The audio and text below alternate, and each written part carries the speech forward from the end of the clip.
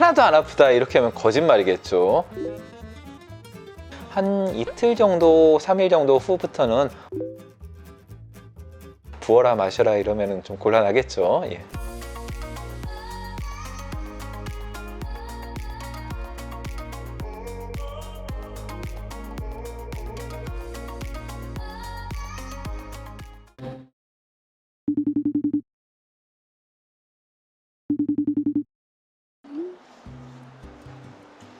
안녕하세요.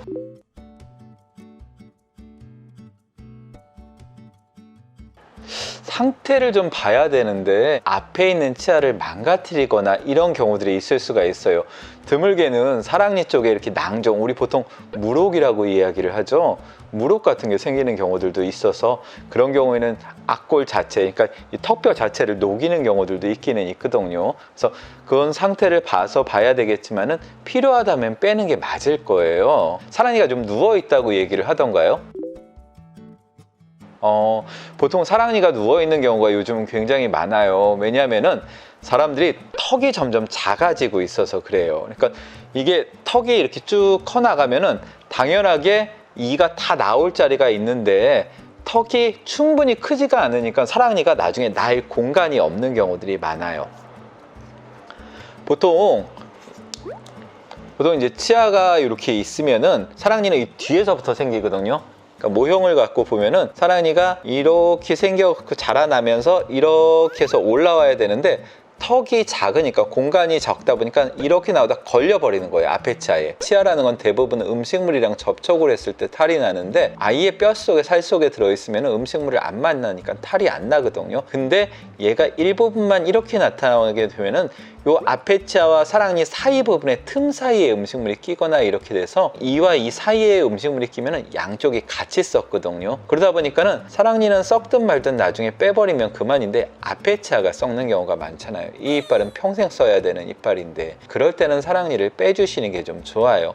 경우에 따라서는 앞에 치아를 이렇게 밀거나 그러지 않더라도 사랑니가 부분적으로만 나와서 잇몸에 부분적으로 덮여 있다 보니까 잇몸 주위로 염증이 생기는 경우들이 또 많이 생길 수가 있어요. 사랑니 주위염이라고 이야기를 하는데 이 사랑니 주위염이 생기게 되면은 잇몸이 붓고 피가 나고 이렇게 퉁퉁 붓는 그런 경우들도 발생을 할 수가 있죠. 그래서 그럴 때는 사랑니를 빼시는 게 좀 좋아요. 그렇죠. 그거는 맞는 말씀이세요. 그래서 그 치과에서 검진을 하고 그걸 확인을 해야 되는데 중요한 거는 그래서 정기검진이 좀 필요하다는 거예요. 정기검진하면서 보면은 얘가 슬슬 좀 문제를 일으키는 것 같다. 앞차가 살살 좀 썩어가는 느낌이 든다.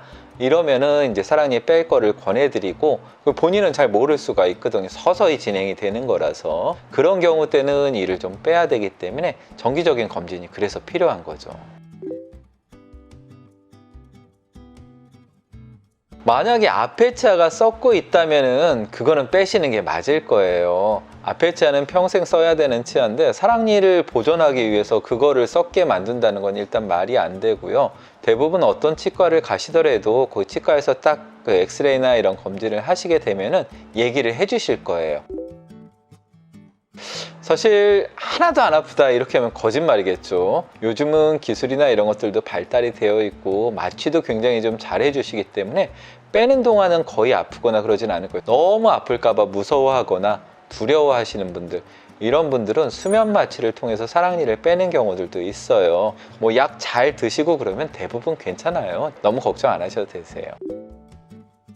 일단은 아프니까는 씹거나 이럴 때 그쪽으로는 못 씹을 테니까 반대쪽으로 씹게 되고요. 너무 딱딱한 거 피하는 게 좀 좋아요. 그래서 유동식, 죽이라든가 이런 걸 좀 드시라고 말씀드리는데 또 젊은 분들은 죽만 먹기에는 너무 좀 지루하죠. 그럴 때 참 먹기 좋은 게 라면이에요, 사실. 젊은 분들은 라면 같은 것들도 많이 드시라고 말씀드리거든요. 라면 뜨겁지 않게 해서 이제 드시고 대부분 젊으신 분들은 다 잘 회복이 좀 되실 수 있어요. 드실 수 있는 분들도 있고 못 드시는 분들도 있겠죠. 뭐 사랑니가 정말 이렇게 뭐 속에 들어있어 그 뼈를 많이 이렇게 좀 제거를 하고 사랑니를 뺐다, 골삭제를 많이 했다 그러면은 아마 며칠은 조금 고생하실 수도 있으세요. 한 이틀 정도, 3일 정도 후부터는 어느 정도 식사나 이런 것들은 다 가능하거든요.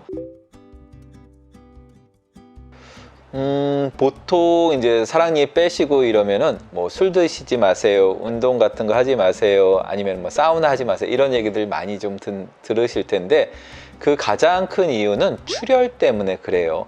술을 드시게 되면은 피가 좀 빨리 돌게 되죠. 그리고 얼굴도 좀 뻘겋게 되고, 사우나를 했을 때도 마찬가지고, 운동을 했을 때도 혈액순환이 촉진이 되는데, 보통 저는 말씀드릴 때 그냥 분위기 따라가는 정도는 괜찮을 겁니다 라고 말씀을 좀 드리거든요. 근데 뭐 부어라 마셔라 이러면은 좀 곤란하겠죠. 예.